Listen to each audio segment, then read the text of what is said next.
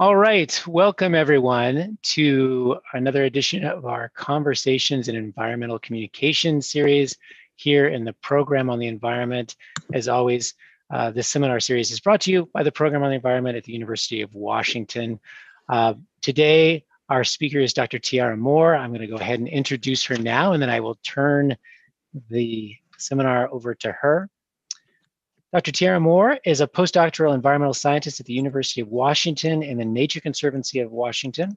She comes to us through her educational path, brought her through Winthrop University in South Carolina, Hampton University in Virginia, and then a PhD at UCLA that had her conducting research in Moorea, French Polynesia, salt marshes of Carpentaria, and the upper Newport Bay. She is also, since her work focuses, her research focuses on biodiversity, she also hopes that her work will translate into increasing overall diversity in science. She's the founder of Workplaces for Women of Color, and she aspires to make workplaces safe and inclusive for all women of color through her workshops and individual personal trainings. Dr. Moore also combines her experiences as a woman of color in science with her upbeat personality in her academic stand-up show. That would be fun to see. Communicating science and the struggles of being a minority in STEM. She has been featured in the Seattle Times, Chicago Tribune, Baltimore Sun, Phys.org, Aslo Bulletin, ProQuest, The Daily Bruin, and Reddit. As part of her seminar, Dr. Moore will discuss her experience with online and social media through her work with Workplaces for Women of Color and the Black in Marine Science campaign, which has been featured in Science Magazine, Nova, Forbes, and Massive Science. And without further ado, I just want to make sure that we give her a big round of virtual applause for joining us today. Let's hear it from folks. I'll give her some real applause since I've got my camera turned on. And with that, I will turn it over to you, Dr. Moore. Thank you so much for being with us. Thank you so much for that great introduction and for the invitation, Sean. It's always so weird to hear people saying all those things about me. But yeah, like you said, I am Tiara Moore, and yeah, welcome to the Underground Social Media Road. I want to start this presentation by acknowledging the Duwamish and Coast Salish people on whose land which I reside, and I'm just grateful for their stewardship. So today I am really going to be talking about how I use social media as a tool, and really a tool to do a lot of different things, but mainly is to advocate for myself and others, and how I really see this, as you see my title, the Underground Social Media Road, is I've used social media as a path to my own freedom, my own liberation, and I really found my voice. And I do want to say that the stories that I'm going to share are my own, things that I've been publicly tweeted, things that I've said. And these are things that have worked for me. And so, people may not agree with methods or tactics or some of the things that I say, but what I'm saying is the reason I'm here today is to show how me looking at social media in a different way, how we can, communicate science, how we can hold organizations accountable, how we can advocate, how we can start movements, how we can really have this as this great tool, like I said. And so from my personal story, it's literally my own path to freedom. So just a little bit about me. Sean said a lot of it, but yeah, I am originally from Greenwood, South Carolina. So if you're wondering about my accent, that's where it's from.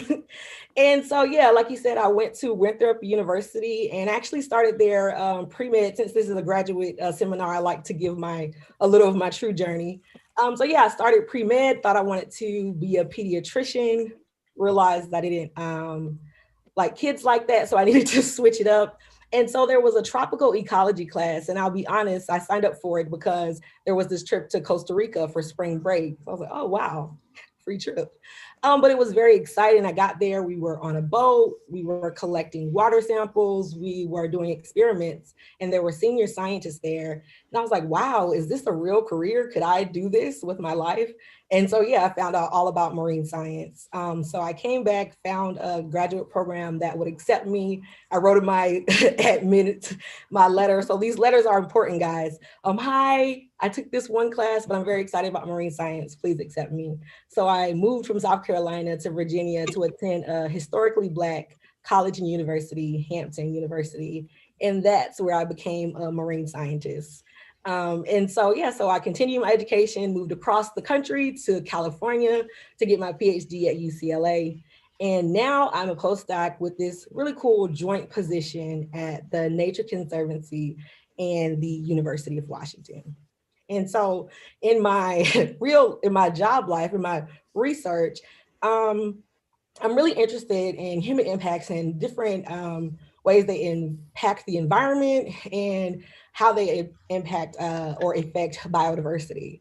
And so one of the tools that I use in my research is environmental DNA. And so you'll see with this GIF with environmental DNA, basically I can go out, I can collect a sample, an environmental sample, be it water, soil, air, sediment. I can collect that sample and extract the DNA from it and tell you that that organism is there. And so as you'll see, if you look at this GIF, as the fish is floating on the little things that it's leaving behind is its DNA. So I could collect that water and tell you that fish is there. So I'm really like some people call me a dirt detective, a forensic scientist, but it's this really cool tool that I use to really understand what's going on in the environment. And so my daily life really looks like I do a bit of both field and lab work. So we go out, we collect samples right now. That's why I consider myself an environmental scientist, because even though my background is in marine science, I'm working in a forest right now. So I'll go out and collect samples and then take them back into my lab and analyze them and do science research. Yay. But when I'm not in the lab or in the field, I am usually on social media. And that's the whole purpose of me being here today.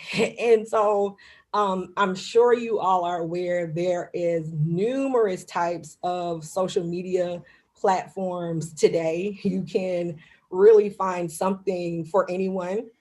You can post photos, you can post videos, you can post your thoughts, anything. And so it's really become this huge thing, really to connect in communities and to organize, to just to connect with each other. And so it's really just awesome if you can use it the right way. We also know there is negatives of social media, and I'll mention a little of those, but ultimately it can be a really great tool. And as we see on this slide, there are a whole lot of options. But what I've noticed for my own personal and in the science community, our favorite is Twitter. And so Twitter is a really interesting little place. And so you have a platform and you create tweets, little thoughts of what you are thinking, what you want to tell the world, and people can choose to follow you if they care about what it is that you have to say. And so you'll hear about, these folk scientists, celebrities, influencers. They have these huge Twitter followings, and they could literally tweet something that says hi, and they'll get thousands of likes or things like that. So you can truly build a platform to communicate information using Twitter. And so for me, one of the ways that I definitely use Twitter is for science communication. And I'll talk briefly about that. So, like I said, I am going to use my own tweets, my own content. No need to reinvent the wheel. But here's an example of just some science communication. So you have a certain amount of characters that you can tweet. And like I told you all, I use environmental DNA in my research. And so for Twitter and for my particular platform, as y'all know, I'm a bit funny. So I like to be my authentic self and really think about how I can break down communicating my science. So I made this tweet. Okay, let's talk about my baby environmental DNA. I collect soil and extract the genetic material left behind as organisms pass through. Hashtag eDNA. This info tells me who, animal, plant, bacteria, etc., has been lurking in my system. I track this and assess what's up. Hashtag Black in genetics. And then there's some content. And so this is a tweet that I didn't have to communicate with anyone. I could have waited to talk about my research in a science paper, but I chose to communicate this via Twitter. And so as you can see, looking at the retweets and likes, we had 198 retweets and about 1,300 likes. So that's wow, that was a large audience to tell about this eDNA that I was just thinking about in my head. But what's really cool about this particular tweet is that someone recently tweeted me and said this tweet, bizarre. You can actually do an advanced search in the Twitter search bar. Positive. eDNA Twitter posts are starting to catch up with the citation trend, with curly scientists, that's me, having the most liked and retweeted eDNA post of 2020 so far. So when I saw that, I'm like, oh, wow. So not only did I reach an audience, this was the most liked eDNA post. And another thing that's really cool about Twitter is that you can look more into your audience that you're reaching. So I'm sure you've seen this, but we see the general likes. Okay, 1,300, that's nice. But when you click this little button here that says view tweet activity, it really shows you more information about your engagements. So when I click on that, you can actually see that that tweet was seen by people 97,000 times. And so we go from that 1,000 people who liked it, and now we see that it was actually seen by an even larger community. So wow, that's a lot of folks. Do I expect 97,000 people to read my papers, my science papers? As much as I would love to think, I'm not too sure. But here is an easy way that I was able to communicate a take-home message about my science to the community. And like I said, reached almost 100,000 folks. So that was just a little quick thought on how I do use social media for science communication. But folks who do follow me on Twitter know that I also use my social media account for advocacy, for uplifting women of color, for BIPOC people in general. And and so I guess this is actually the time for the poll question, because I really want to see what you all think about different communication styles. So if you want to put the poll question up, Sean. Sorry, wrong poll.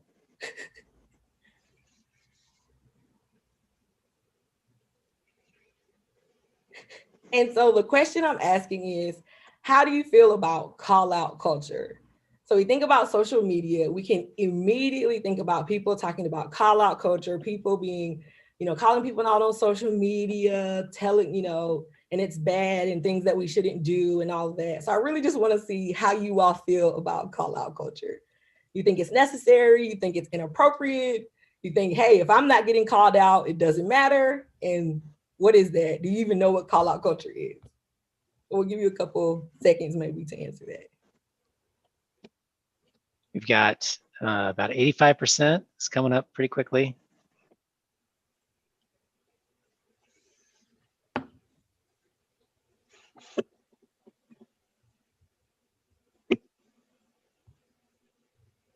Give you just a few more seconds.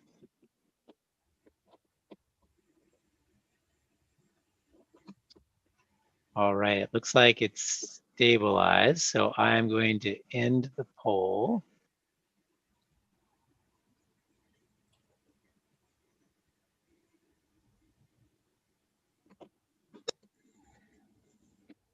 And share the results.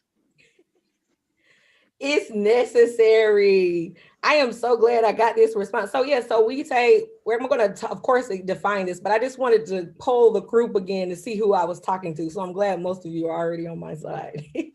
So we can close it now. All righty. So we had about, most people were saying that call out culture is necessary. Okay. So, what is call out culture? And I got this directly from Wikipedia for anyone who wants to check. The practice in social justice circles of publicly criticizing people for violating accepted behavioral standards. So we can see, oh, folks did something and you call them out. You could say, oh, I could contact them directly, a one-on-one conversation, or you could choose to go on social media.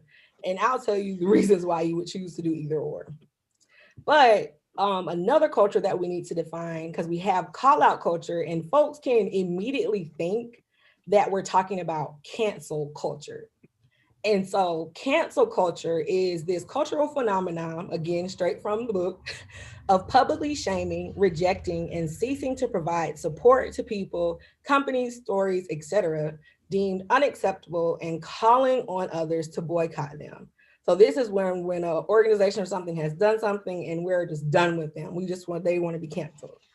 But what I believe is that call out does not equal cancel. It does not. And to be honest, if executed properly, call out culture can really lead to a get people to do what's right culture. And I'll tell you why. Usually when you're on social media, you reach more people. There is a huge you're there, everybody's watching. So it doesn't really matter who you're talking to, other people are going to see it. And so that generally leads to an immediate response. And especially now because organizations have whole teams that's dedicated to social media. So you have someone whose literal job it is to respond to you. And so usually with that being the case, you will have a follow-up faster than email. And so now I'm just going to go through two examples of just me using call out culture as an advocate, I say, methods maybe I use to just show that again, call out culture doesn't need to lead to cancel culture, but we can just advocate and get things done. So here are these two examples. So here's a tweet that occurred. This was a tweet from National Park Service, basically telling about some research that they had found about these new normalities that they saw in these mountain lions. And I don't study mountain lions. I don't. I would, to be honest, I would not have seen this article. But my homegirl, a Black woman, a PhD student, does study mountain lions. And so when this tweet was posted, she called me and she said, Tiara, you won't believe this. The National Park Service published my research and they didn't mention my name. And I was like, what? What do you mean? Like you've been working with them? Like I remember you telling me about mountain lions. What's going on? And she said, yeah, I reached out to them via email. They didn't respond. And then when someone finally responded, they told me that it was against their protocol to change things that had been published already. And here's the point where we can continue to go through email. She can fight. I said, well, what other advice have you been getting? And she told me that someone told her, well, you don't want to really burn this bridge, so you shouldn't say anything. You can get credit on the next one. And for me as an advocate, especially for women of color, I see this behavior. And I will say that the researchers were white men, I'll be honest. And I was like, yeah, I don't think this is how this should go. And I said, you know what, Audrey, if you don't mind, let me just tweet them and see. So I did. And again, my tactics, using hashtags, using emojis, but I just asked them exactly like, this looks like the exact research started by Audra. Why wasn't she mentioned here? And so it's interesting because they did acknowledge that she was a part of their research, but they told her that it was against their protocol to add her to the research, to the publication. And I said, yeah, no. So then after I tweeted this got retweeted and liked. And then we see another tweet where we have it. Have you heard about the latest about the Santa Monica Lions? The corrected press release now gives appropriate credit to the scientists who worked on the research. Huge round of applause to Audra. So again, it wasn't about canceling them. It was about them to do what was right. and about to giving a response that was valid. It wasn't honest that they couldn't change it. They slighted her, and they would have been allowed to get away with it. And I see that a lot with my with women of color. And so again, this is this call out. People might have looked at my tweet and say, "Oh, why is she calling these people out? This is the National Park Service." But at the end of the day, they were in the wrong, and they changed it, and they gave her credit. So again, this call out culture led to getting folks to do what's right. Another example that I'll give was about accountability. And so this is a story about talks. And I'll be honest, we all know there has been a lot of civil unrest and just a lot of things going on in our community. And for me as a Black woman, I have been asked to do a lot, a lot of talks, a lot of sharing my own personal stories, and a lot of which I've definitely been grateful to do, but a lot of it has been exhausting. And with that, I've definitely been advocating for myself to be compensated for my time, honestly, because this is outside of the scope of my job description. And so it was disappointing. So my own alma mater asked me to give a talk, and they refused to give me an honorarium. I was like, oh, wow. But then I heard that they had asked a couple other Black women, and they refused to give them an honorarium. But then they told us that they were going to be working on it in the future.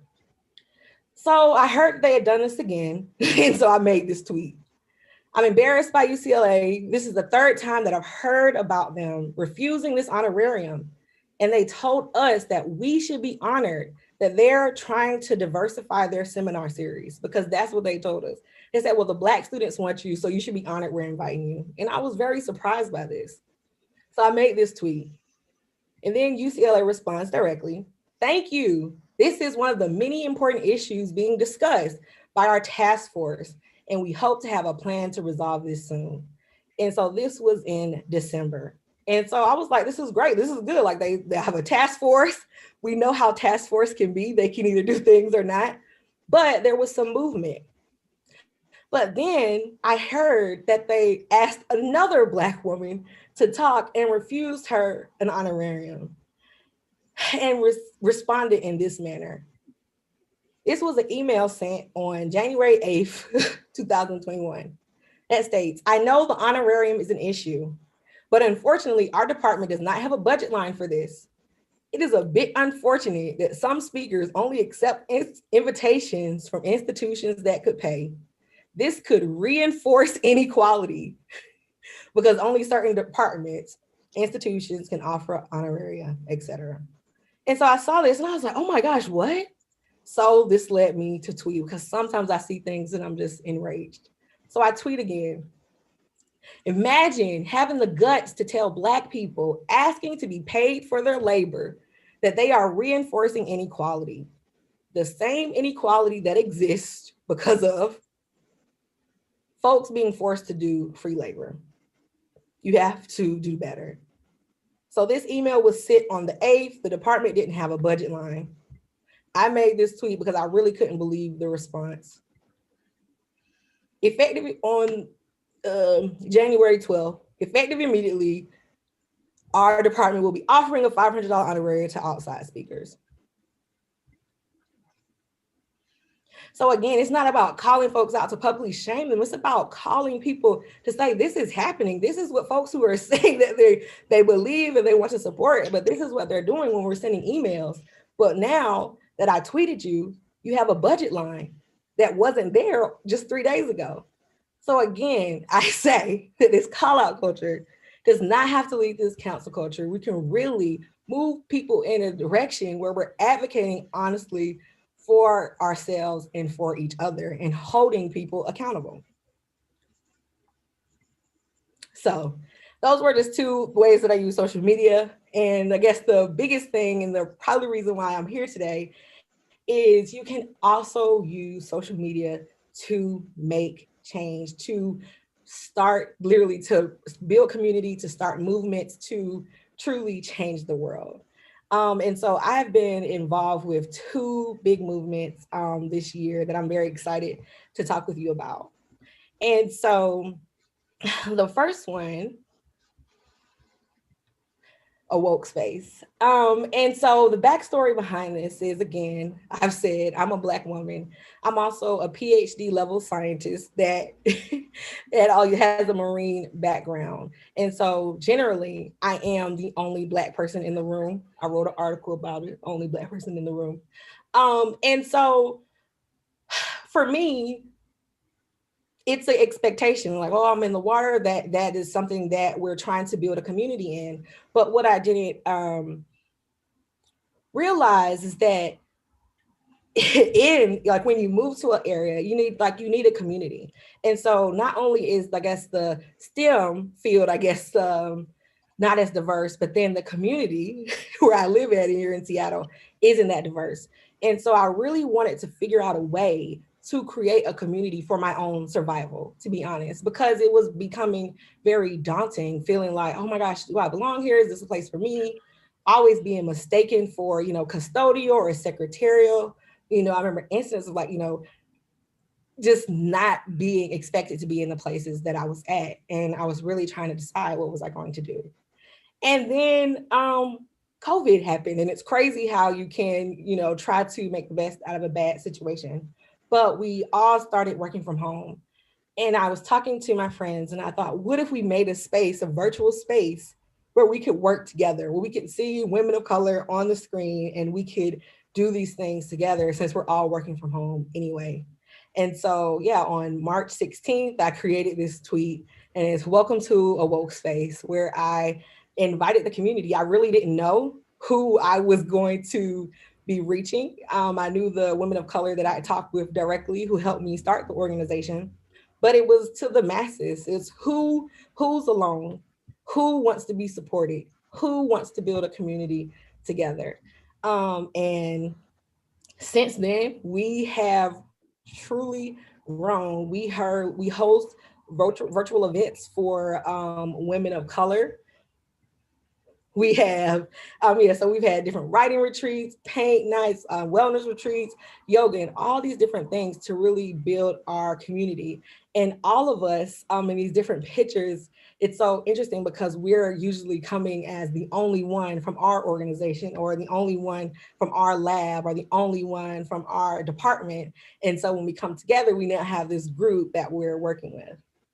So we have space for women of color, but we also have had BIPOC only events. Here was this huge Juneteenth celebration that we had where, again, we just tweeted out, hey, who wants to come together and celebrate? And these are people that I don't really know like that. But now that I consider friends, just from reaching out to them on Twitter. We have also hosted community events, and this is something that I want to be real about. So, if you are thinking about starting a virtual community, that was one, I'll say, mistake that I made when I did start a woke space, is because I wanted it to be open access. I didn't want to have any barriers. So I would literally tweet, hey, come to this space, and I would tweet the Zoom link with it. And unfortunately, I had a very horrible experience with Zoom bombing, where people entered our meeting, they were calling me the N word, they were saying all types of things. And it was just such a traumatic experience, to be honest. I couldn't even believe that. Was like, what is going on? And so that is something, of course, now our meetings are password protected and we have a membership list and we've grown so much. But that is something that if you are using social media, that you do have to worry about trolls and people who aren't on your team, because they exist, and that's just the honesty of it. So I'm not going to sell social media, this is a great thing. There is that bad side that can come. But what I will say, and the beauty of this photo that's on your screen, is that after that Zoom bombing event, we actually had a community-wide solidarity day, and we invited allies, we invited, everyone who wanted to come. And this was the first event that we had, all wearing yellow, after that Zoom bombing event, saying that we will not be defeated by that. We created this space for us to thrive. And so, again, I'm just so proud of this space because, again, I went from feeling just truly lonely, to be honest, just just only, and now having this community and also having this space for allies as well, people who are on the same page. So from that, we've also moved forward with, we've done some ally training. We have these ally trainings that we offer. Here's an example. We did one at the International Marine Conservation meeting, and it was all about establishing a space for women of color. Because what I realized is when I was going to these different trainings and diversity trainings, to be honest, they were taught by old white men who were giving me hypotheticals, who were saying, oh, well, this might happen if something random happened over there. And I'm like, what? And there was never really a take home message. And so for me, we started utilizing our own stories and things that actually happened, not these weird off-putting events, but things that happened to me as a woman of color in marine science on the day-to-day, and really talk to allies about how to navigate that and how to do a bit better. And so that's been awesome. So like I said, we offer that, and we've done a couple of those trainings. And we also have merch and we run a blog. So if you're a woman of color, we have a blog on our website that are filled with stories by women of color telling about their experiences, telling about just different things that have happened in their life, really giving the true, raw, real experiences. Because something I heard the most last year was like, oh, I didn't know this was happening. I'm like, oh, wow, okay. So how can we figure out a way to tell them without it being this exhausting, daunting way of having all these conversations? Well, hey, here's my blog. You can actually read about the foolishness that occurs. And so we have this whole blog. So if you're a woman of color and would like to send a pitch to our blog, please email us, and we do offer an honorarium because y'all know I believe in paying people. All righty. Yeah. So if you want any more information about a woke space, I'll leave this up for just a second, and then I'll move on to talk about my latest movement.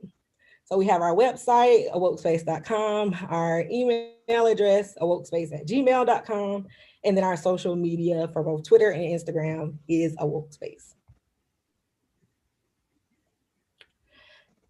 So a lot, like you probably have seen from my talk, a lot of my career really has been advocacy, and it's interesting. I'm not how it became a goal of mine versus something that I had to do to survive. And so when you're in a space, when you're the only Black person, you just have to figure out honestly how to navigate white spaces in order to be successful. That's a reality. And so by being in these spaces, I realized that I, learned my own tips and tricks on how to be successful. And so that is really what I've been trying to do on using my social media platform. And so it's just interesting when these things happen in the world, like we know that I'm about to talk about over the summer, where we can spring into action and we can start these new movements. So over the summer, we know we had this unfortunate event where there was a Black birder in Central Park who was birding, minding his business, and a white woman was threatening to call the police on him, and it turned into a whole scene. But what's interesting about that, and I really love Black people in the Black community, is that a group of Black birders started a movement, a week called Black Birders Week.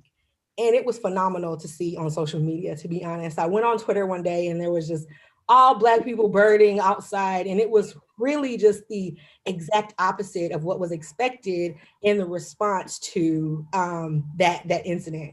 And so from then, a lot of other organizations started doing these Black and X weeks. So Black botanist weeks, Black in chem, Black in geoscience, Black in this, Black in that. And so I was sitting there seeing all these weeks unfold. And so I made this tweet. Hold up. Where is Black and Marine Science Week? Let's go. These weeks have been having me hype, especially because I dipped between a lot of disciplines. So I saw these other weeks being represented, but I didn't see one for Black and Marine Science. So I made this tweet and it was a great response. And so folks who know it has passed, but it was an awesome week. And the whole purpose of the Black and Marine Science was to highlight and show Black people in marine science and say that we exist in all these areas that is not expected us to be: birding, botany, marine science. We're actually here, and this is what we're doing. And so we came together, we had about 12 organizers who planned a week of events. And really, we planned it for ourselves, not knowing the response, not knowing how impactful it would be. But when I tell y'all, it was awesome. It was better than I ever expected. And when I talk about impact, the first tweet that we made from the week actually had 513,000 impressions. So again, we think about back to my little tweet with the eDNA, I reached about 97,000. Here with Black and Marine Science, just from the first tweet of the week, I didn't look at the rest of the analytics. We reached all these people. So again, this was just from a, hey, where's this week at, to, hey, here's this week. And now we've reached all these folks. And so not only did we have a large reach on social media, and that's what I guess a big take home message is: your impact doesn't have to stay on social media. So we had this impact on social media, but it was translated, like you mentioned, all the way to Science Magazine. So we have the Science Magazine starting with me strolling on a beach. Who knew? I thought I would be in Science Magazine about my research, but I'm here strolling along on the beach. But this is awesome because now we just went from those 500,000 impressions to the whole audience of the Science Magazine, and really just got this content out there. So again, it started on social media, but it definitely didn't stay on social media. And I'm actually really excited to announce that because we had such huge support, we are continuing doing things for Black and Marine Science, and we have started a new series called BIM's Bites. So here's the little preview.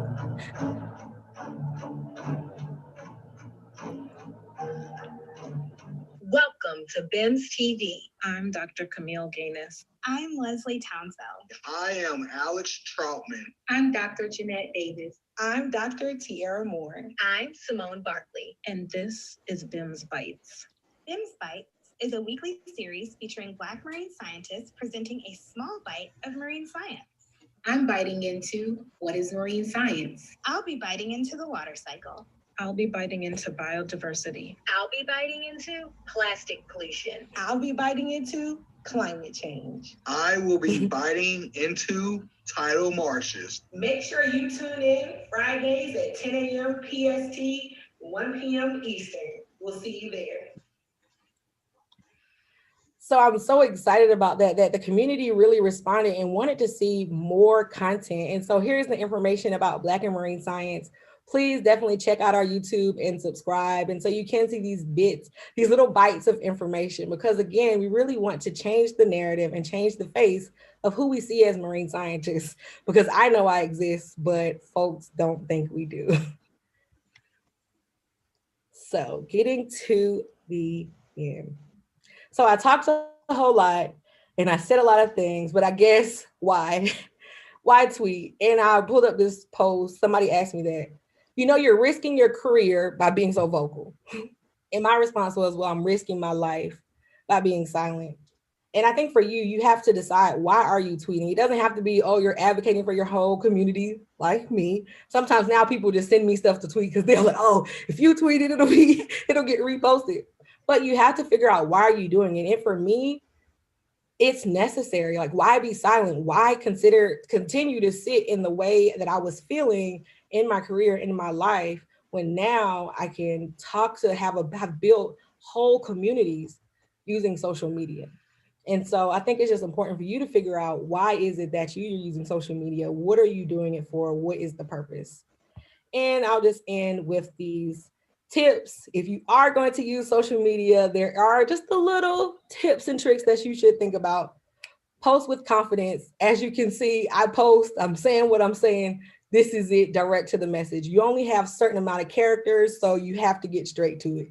Use hashtags. Hashtags are really helpful. They can help you to find your tweets later. And then if you use hashtags that are already like big, like Motivation Monday or Throwback Thursday, you'll be more likely to be found. Be creative. You know, I usually will put an emoji or a photo, things like that. Figure out a way to communicate in a different manner than you normally would. Be accurate. I think the way that I have been successful is that I'm not lying. You know, it maybe it's bad to call people out. Maybe people feel some certain type of way, but what I'm saying is the truth, and so it needs to be addressed. So make sure you're just not out here tweeting random stuff.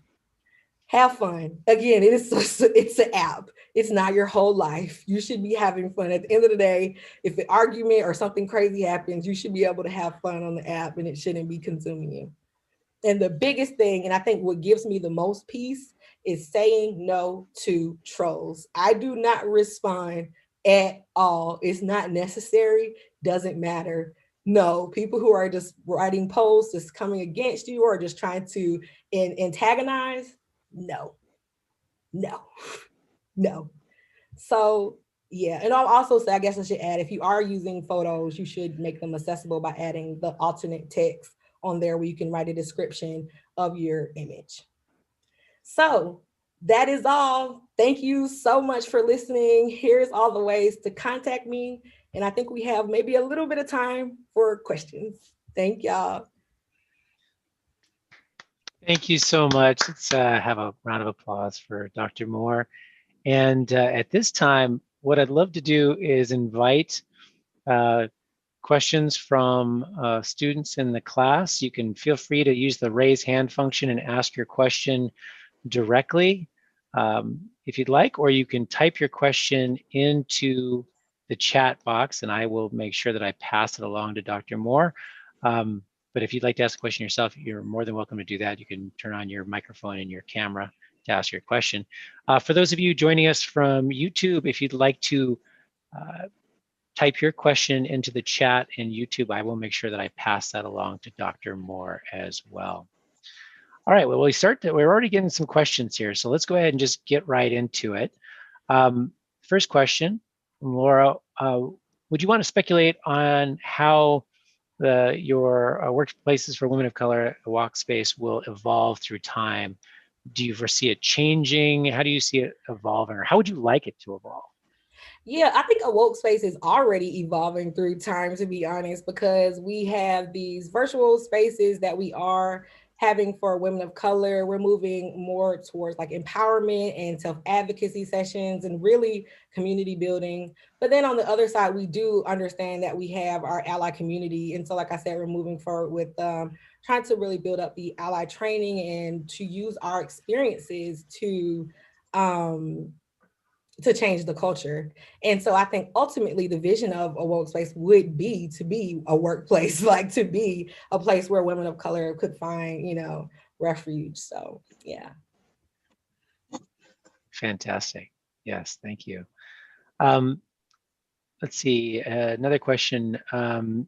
During Black and Marine Science Week, as well as your work around the world, you've helped foster a new generation of interest in marine sciences. What is the most meaningful experience you've had with either children or peers along this journey? That's great. To be honest, Black and Marine Science Week, like I can't speak on it enough. Like as the organizers finally who to have created the event and to see the BIMS roll call, you can do hashtag BIMS BIMS roll call, and to just look through the profiles of all the Black marine scientists introducing themselves. Like I was in tears. I think I tweeted like I'm crying already, and this is day one. On top of so just to have the exposure, because like I said, I knew we existed, but I personally myself didn't know how many of us there was. So to see the creation of a community right before my eyes was awesome. On the flip side of that, and in addition to the messages, folks, people, have slid in my DMs for sure, sending me messages, thanking me, and talking about the community and being so grateful. And like, it's overwhelming because I'm thankful for it as well. So to be like creating this, like I made this for me, like don't thank me, I'm cool. So I think, but just seeing to see folks who were at the same place where I was, ready to leave the field, ready to say like, you know what, I don't want to be a scientist anymore, but now we have hope again. Fantastic, thank you for that. Here's a question I think actually is a really interesting one. Yeah, as a scientist, it sort of resonates with me as well. Many scientists and communicators attempt to erase themselves from their work, or at least the work comes first. Oh, let me see, I just lost it here. In the name of objectivity. Why, assuming that you would disagree with that, why should we reject that notion, instead embrace our identities as we seek to communicate about our science? Yeah, and I think, I mean, oh, let me see the best way to say that. I feel like that's like a white person, like a white supremacy culture perspective Oh, of replacing of, because for me it's like I can't leave my identity. Like where would it go? You know?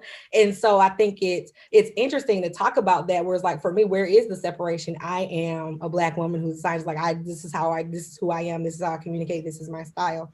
And so I think that has been almost like a shield, or either like a cop out, really, to say like, oh, I don't really do that because I'm a scientist. And like, for me, like that tweet I said, like, why I could be risking my career because I'm so vocal, but I'm dying. So does it matter? And I think when you haven't been in a situation when you're dying because of something that's going on, then you can say that, oh, I'm just objective. It's like, no, I'm not. Like, I'm dying, and that's what's real. yeah. No, that's important. That's powerful. Thank you for sharing that. I appreciate that perspective for sure. So, so this actually gets to a question or something that we were talking about earlier, about how the COVID pandemic has changed or shaped the way that social media, or how people communicate over social media, or how they engage or interact in social media. And Rose asked the question, how do you think the pandemic has actually changed the trajectory of a woke space, or you could even say the Black and Marine Science Week, how that might have changed? Thank you, Rose. So it's so interesting. And I really feel like, so for a woke space, when we first started the organization, we actually were just thinking about doing these ally trainings, these woke shops, to really just try to diversify who was doing these workshops. And we had planned on doing the one for the International Marine Conference in Germany, but then it got moved to a virtual space. And so at that same time, once everything happened, that's when we kind of developed a virtual woke space and created the online community due to COVID. So it kind of really changed the vision of us creating this virtual space, because we were thinking about meetups, like, small community things, but then it turned to this virtual reality. And I think similarly for Black and Marine Science, I mean, that whole movement started, we were already in COVID. And so social media was very powerful. My organizers, I haven't met some of them at all in person, but we talked, we spent hours on Zoom, and we're friends. So yeah, it definitely allowed us to organize these events and not have to worry about that being out, and still have successful things, and really think about accessibility, like all the different things to plan events. Zoom friendships, it's something I wouldn't have thought of a year ago, Yeah. but it's true. Okay, here's another question. You've mentioned you hope your research in biodiversity will translate into improving diversity in the sciences. What do you believe is the most important first step in these efforts? The first step in the first step, I feel like, is that realizing that there is an issue, and the issue is in the institution. Like, I think that is really what it is. And we've seen a lot of this, hire more Black people, hire more BIPOC, and that's fine. But I can tell you, as folks who hire, if we go into an organization where the culture is toxic, where there is no room for leadership, where there aren't allies, then it's not about the who's there if we're not going to be able to retain the people that we hire. And so I think there is always this push of like, oh, let's get folks in. But I think we also need to focus on the cultures that are inside of the institution that cause the lack of diversity in the first place. Yeah, no, that makes a lot of sense. I can't not imagine finding yourself in a situation where you don't see. Well, for me, I can't imagine this from my own perspective of being in a situation where I don't see other people who look like me, who have had my experience, and so that And I think it's got to be exhausting for one thing. I would say it's exhausting, but I'll take it a step further. And I just want to be honest, like I am from South Carolina. I'm definitely used to being like in navigating white spaces. I think it's the treatment and the behavior of people when you're in these spaces. So I was like, okay, sure, I can hang with white people. That's not the problem. But how I'm treated is as if they don't want me there. And I think that is the disconnect, because when I tell like, oh my gosh, well, this person treated me like he didn't want me there. And then the response is, well, he never treated me that way. Oh, I wonder why. So I think there's a disconnect of like, oh, we definitely do need to see what we do need to see what we can be, but we also, when we're there, need to acknowledge the behavior of folks in leadership and positions who are treating us like we don't belong. Mm-hmm. Mm-hmm. Good points. I want to be respectful of the time, so maybe we'll hold it for just maybe one or two more questions if you have the time, Dr. Moore. Let's see. Diane asks, in your opinion, how can non-Black or non-BIPOC people be respectful when they are interacting with or trying to uplift BIPOC users or issues on social media? So what does allyship look like to you? Retweet, retweets. I think it's interesting with that question because it's like, I just created a whole tweet, you could retweet it. I see a lot of organizations, they do want to create, their own posts, but then they'll add something like, they'll say something, something random or it just doesn't go over well. I think, I saw a post where someone they reposted someone's content. It was like, a Black, and like, that's what they put in. It was like,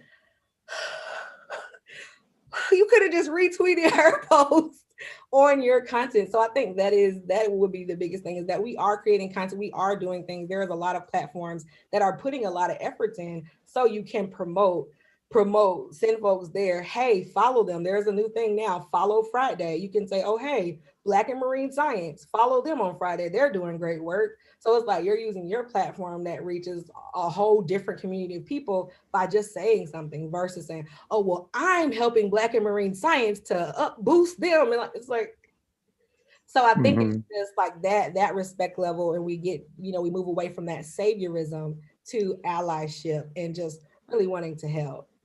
Yeah, no, that makes a lot of sense. So you can amplify without co-opting the message, I'm sure. Exactly. Yeah, thank you. Let's see.